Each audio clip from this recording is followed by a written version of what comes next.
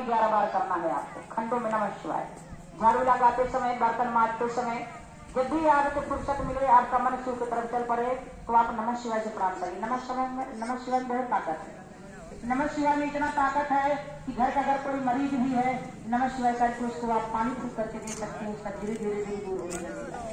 साहब ने कहा कि जब तक नमः शिवाय कहते थे साहब की पीने की तरफ नहीं अगर केवल गया नहीं और तीन दूसरों को किया जाएगा काफी बढ़ेगा। जब बच्चे का जन्म हो तो उस बच्चे को भी उससे जोड़ने का प्रयास करिए। लेकिन लोगों ने उसको अभी तक गुरु नहीं बनाया। कुछ लोग अभी जागरण किए, कहते हैं महादेव चलेगा तो जागरण के माध्यम से लोगों को जगाया जा रहा है। जो लोग अभी तक जाग रहे हैं दूसरे को जगाने का प्रयास कर रहे हैं। कहते हैं ना कि संसार में हम आ गए हैं मानुष करनी चाहिए।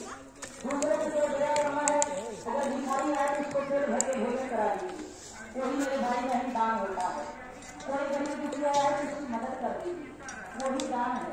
हम मंदिरों में जाने लगे जाते हैं तो वहाँ रहते हैं और दान ले जाते बैठ जाते। भगवान नहीं मानते। भगवान तो कहते हैं कि बंदे तेरे मन का भूखा मुझे तू दान कर रहा है। अरे दान ही करना तो तेरे गांव समाज में बहुत सारे ऐसे लोग हैं जिनका एक वक्त का रोटी नहीं मिल पाता, उनको दान कर दीजिए। अगर आप धनवान है ना तो नहीं कुछ ज्यादा कर पाते, 150 रुपये मदद कर दीजिए, तुरंत रिटर्न में लौटाएगा। परमात्मा कहते हैं कि तू गांव भर में ढूंढता है, मंदिरों में ढूंढता है, लेकिन जहाँ ढूंढना होता वहाँ नहीं ढूंढता। परमात्मा कहते हैं कि मूर्ति में जाता तो है, मेरी छवि को दर्शन करता है, लेकिन मैं तो तेरे ही छवि में बताऊँ, उसको तो छोड़ देंगे। जब तक ये मन का हमारा आपका मन भाव शिव भाव नहीं चलेगा, मूर्तियों भी दर्शन कर लेंगे तब भी हमारे अंदर वो भाव नहीं जग पाएगा। तो पहले मन को जागरूक करिए कि मन आपका क्या कहता है। हम ही आप शिव है, हम ही आप पूजा, हम ही आप सत्य है। मन ही सत्य है, मन ही पूजा है, मन ही शिव है। अगर हम आप उस मन को टटोरेंगे ना तो अपने तन मन में ही शिव को पाएंगे।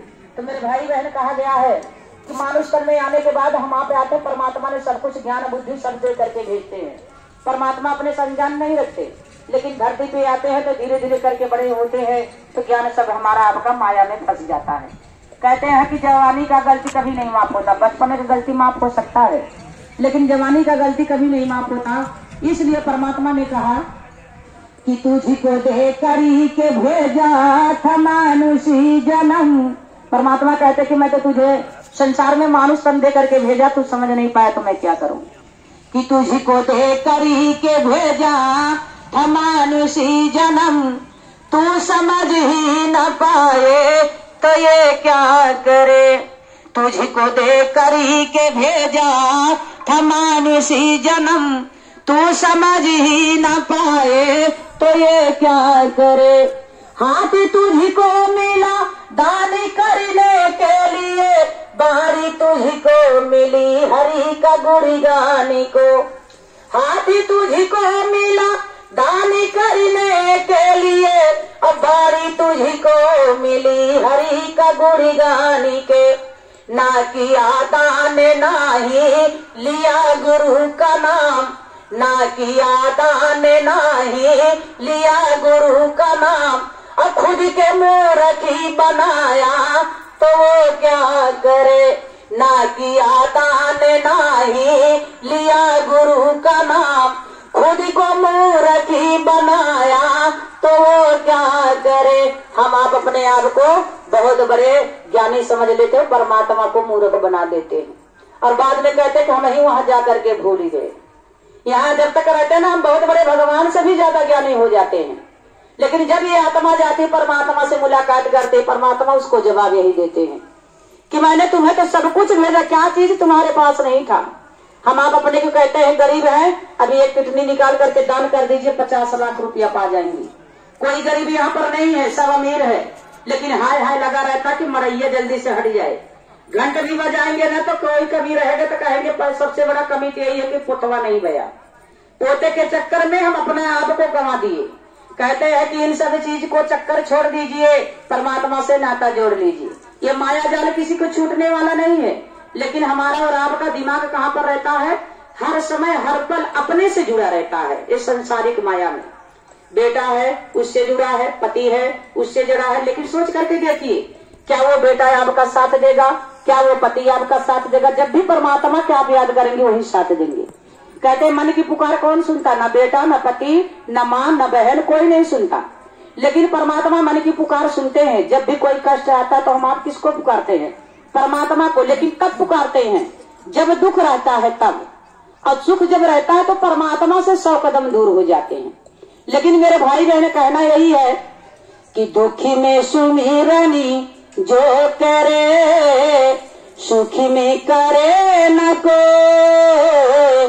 और जो सुखी में सुमिरनी करे, दुखी काहे के हो रे मानो, दुखी काहे के हो। हम आप सुख के चक्कर में दुख में परमात्मा को गाली देते हैं कि सारा दुख हमें को मिल गया है।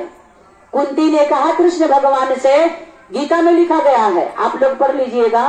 गीता में लिखा है कृष्ण भगवान से कुंती ने कहा कि हे प्रभु, अगर कुछ देना चाहते हो तो मुझे दुख दे दो।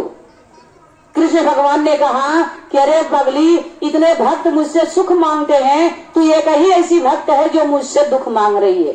कुंती ने कहा कि प्रभु, पूरे संसार को मैंने देखा, जिनके पास दुख है वही आपको याद कर रहे हैं, और जिनके पास सुख है वो आपको भूले हुए हैं। तो हे प्रभु, ऐसे दुख को मैं बारंबार स्वीकार करती हूँ। कुंती ने कहा कि मुझे दुख दे दीजिए, जिन दुख में आपका नाम है और मेरा जीवन सुंदर हो रहा है, वही दुख मुझे दे दीजिए। हम आप दुख में घबरा जाते हैं, हमारे आपके ऊपर दुख पड़ता तो हम आप इतना घबरा जाते, इतना निराश हो जाते। सोचिए वो दुख कितना सुंदर है जो परमात्मा से प्रेम लगा देता है। परमात्मा का हर पल हम आप याद करते हैं कि हे प्रभु, ये दुखा को दूर कर दीजिए। सोचिए सुख में क्या वो नाम आता उतने प्रेम से? नहीं आता। हाँ भैया जयराम हो गया, लेकिन जयराम का भाव आपके मन में नहीं जगा, उनका भाव आपके हृदय में नहीं बसा।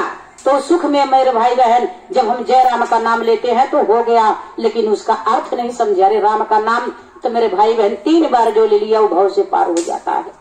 अगर दिन में 3 बार राम का नाम ले लीजिए, भव से पार हो जाओगा, आपका जीवन भी सुंदर होगा।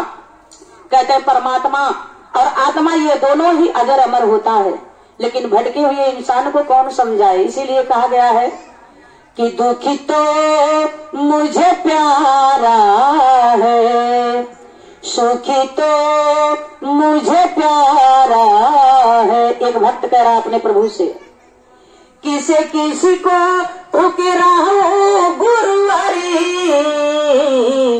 ये दोनों तुम्हारा है।